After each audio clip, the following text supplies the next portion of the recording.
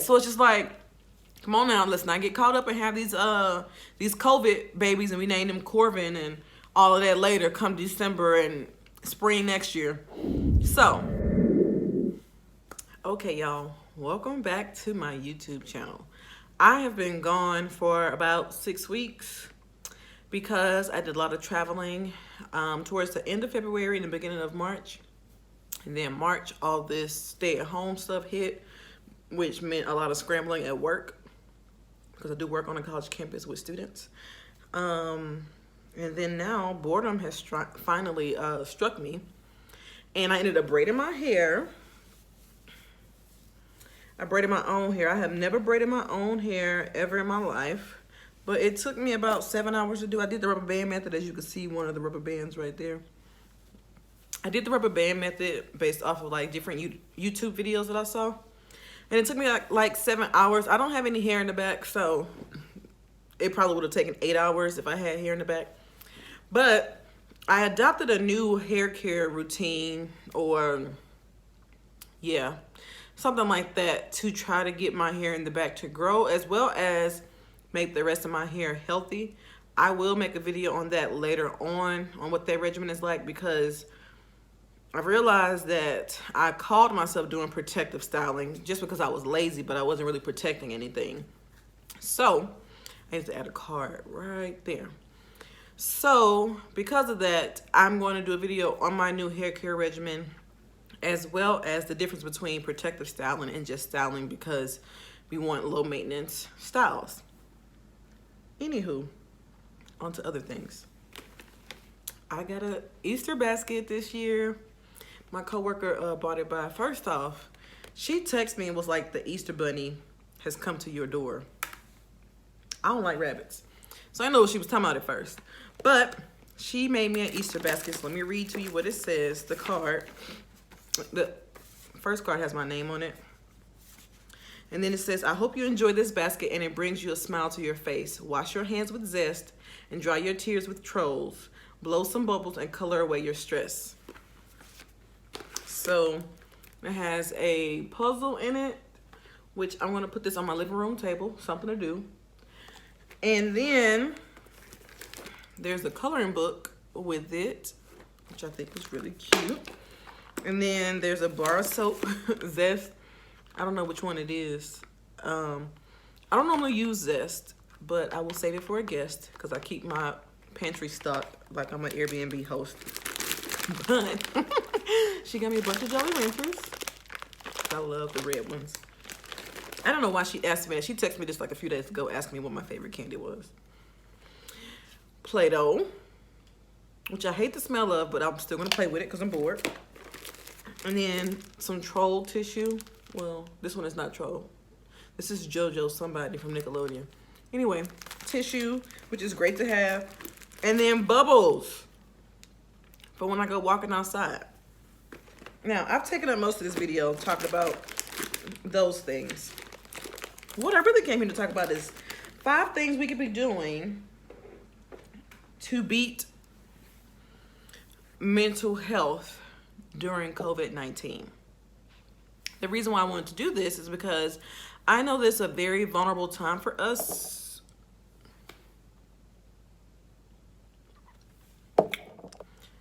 As I was saying before my camera and my ring light started tipping, I recognize that this is a very vulnerable time for us because we are used to moving about the world as we please, socializing with people, hanging out, going to work, taking public transit, going to parties and events, having kickbacks and whatnot, and we can't do that now. So for a lot of us, this feels like isolation.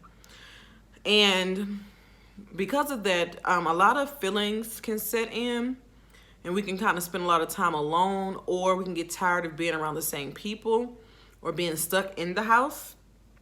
So I figured, why not give some tips that I use myself to help people kind of combat what those feelings would bring, or combat the feelings of anxiety or depression or frustration and hopelessness. So the very first thing I'm going to recommend is that we consider journaling. I actually have my journal. I have a bunch of different journals actually, because I just do it anyway. But I'm going to recommend journaling because, number one, it is a way to express how you feel without having to talk to someone. And it's an opportunity for you to kind of see your words on a page and reflect on those words. Sometimes those words can be put into action, or thoughts in action. And it feels different when you're writing it down versus when you're reading it. Just to process your feelings, to understand, why do I feel this way? Where did these thoughts come from? How can I prevent these thoughts from coming back? Or how can I change these thoughts for the better and whatnot? And with journaling, you can write down what you're feeling. You can wake up every day and write down your dreams as soon as you wake up, because sometimes those tell you things. I'm a firm believer of that. You can also Google different writing prompts. If you happen to have cards like these, you can use cards like these to help you with your writing. And I would say actually use a pen and a paper, or a pencil and a paper. Don't just journal in your phone. Write down things on paper. In your journaling, you can also kind of write down what you wish to happen for your life, or your finances, or whatever goals you have. What you wish to happen in the future. That is a part of, or the beginning of, manifesting things. Just writing out those goals. The next thing is cleaning up. I am a firm believer, and all of this is from experience, that when your home is a mess, your mind is a mess. So that's why it's very important. I don't really know what the hell I'm looking at. I don't know if I should look at myself or look at the camera or what. Anyway, when your mind is a mess, your home is a mess, and vice versa. So for some of us, this may seem like a very daunting task to do, but once you accomplish it, you feel so much better. It's like you could breathe better in your own home. So sometimes when you have clutter in your home, you may feel overwhelmed. The smallest things, such as folding clothes, because, oh my God, I can't do that. Folding clothes may seem like the hardest task for you to do, or sweeping, or washing the dishes, or whatever the case may be. But I'm still just going to encourage you all to try to do it. Even if you do one room in the house each day of the week, or if you do one type of task each day of the week. So task could be you picking up all of the dirty clothes around the house and putting them into the clothes hamper. That's a task that you have accomplished for the day. Or if you empty all the trash, or pick up all the trash off of the floor, that could be a task. Or cleaning the refrigerator out, that's a task. If you have to break it down to small tasks, then do that. If you can do a complete room, then do that too. However, the act of cleaning up and getting rid of that clutter is almost as if you are starting over and pressing the reset button. Also, under cleaning up is hygiene. Now, I know we ain't going nowhere. We ain't seeing nobody. So you may think like, oh, I don't have to shower every day. And that's correct. You don't. But don't go more than 3 days on end without letting water and soap hit your body. The reason why I say that is because the moment you stop showering daily, it's easy for you to not shower for weeks at a time, because you feel like, well, I'm not seeing anybody. I'm not going anywhere. There's no point.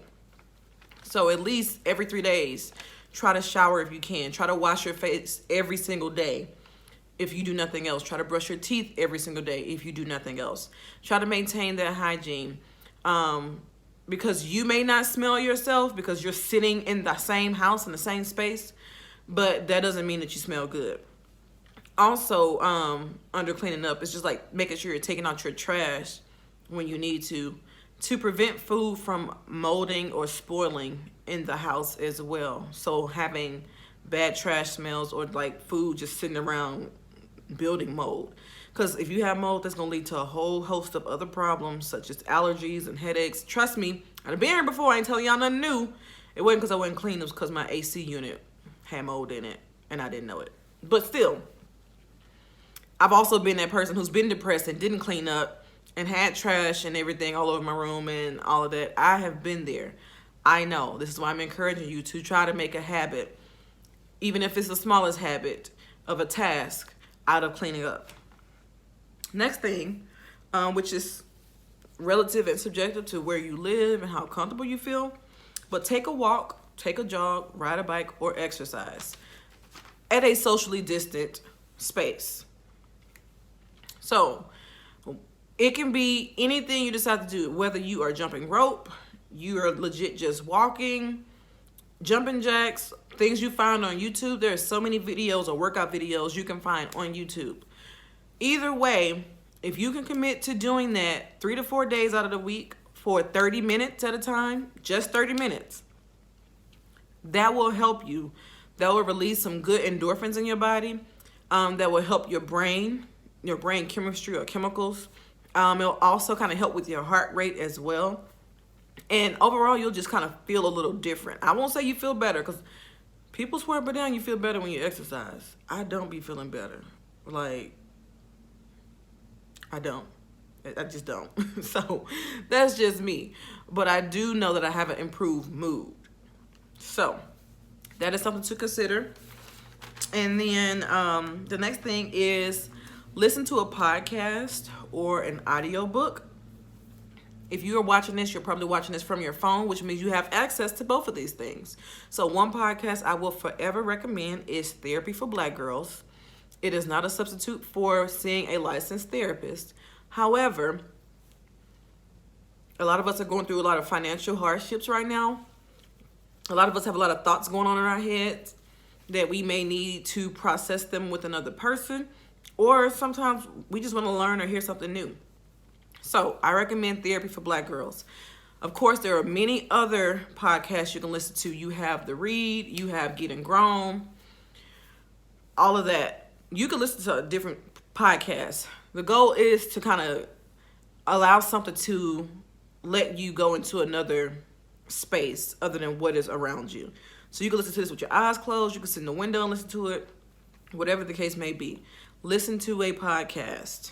You can even listen to, like, they have like a true story or true horror story podcast. My students be telling me about it. It's like a crime show podcast. So many things. The possibilities are endless. All podcasts don't have to be for learning. You could purely have something for entertainment, for dialogue, whatever the case may be. The next thing is audiobooks, like I said. If you have a library card, if you physically have the library card in your hand, you can download the Libby app.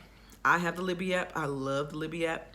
You get so many different free books that you can check out for free for 14 days at a time. I think you can get up to 5 at a time for 14 days at a time. And you can listen to it as an audiobook, or you can read it on your phone.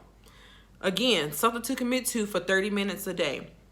I believe that reading can always take you to another universe, take you to another reality, and kind of help you escape whatever you're going through in the moment. So I didn't get back into reading until like towards the end of me being in grad school, because who's reading for leisure in grad school anyway? Nonetheless, I got back into reading during that time, and the first book I read was I Almost Forgot About You by Terry McMillan. The book was so damn juicy. And I'm like, yes, I needed this, because I don't really have drama in my personal life. And I don't watch TV. Didn't watch TV then, don't watch TV now. So reading a good book can kind of take you out of this space. So the book I'm reading now is The Caring and Feeding of Ravenously Hungry Girls. I had to go back and recheck out Becoming Michelle Obama. Ooh, talking fast. Becoming Michelle Obama. And I have different books on my list. There are some books you won't have access to because the libraries don't have it. So like my library card is through the Chicago Public Library System, which should have everything, but I think it's depending on the app capabilities. Nonetheless,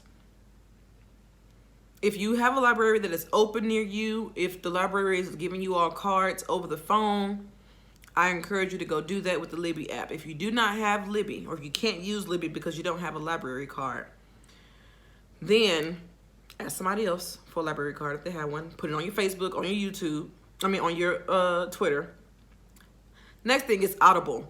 Audible does cost, but I was reading somewhere online that they're offering like a few thousand copy of online books for free to access.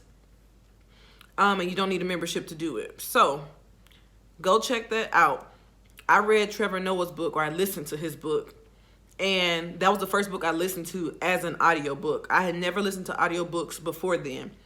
So this was in 2020. I was going to say 2019. This was in 2020 that I read his book. So like back in January. And first off, he's funny as hell. Secondly, he's bad as hell. But his book, Born a Crime, is what got me hooked on audiobooks. So, and I would listen to it every morning as I was waking up. So I would still be in the bed. So like with my eyes closed, imagining imagery for the stuff that he was talking about in his book. I just recommend audiobooks and podcasts. Then the last thing is to join an online community. So, what is an online community, you ask? Not the same as being on Twitter, not the same as being on YouTube or anything like that. However, places you can go for an online community are Facebook, Reddit, and GroupMe.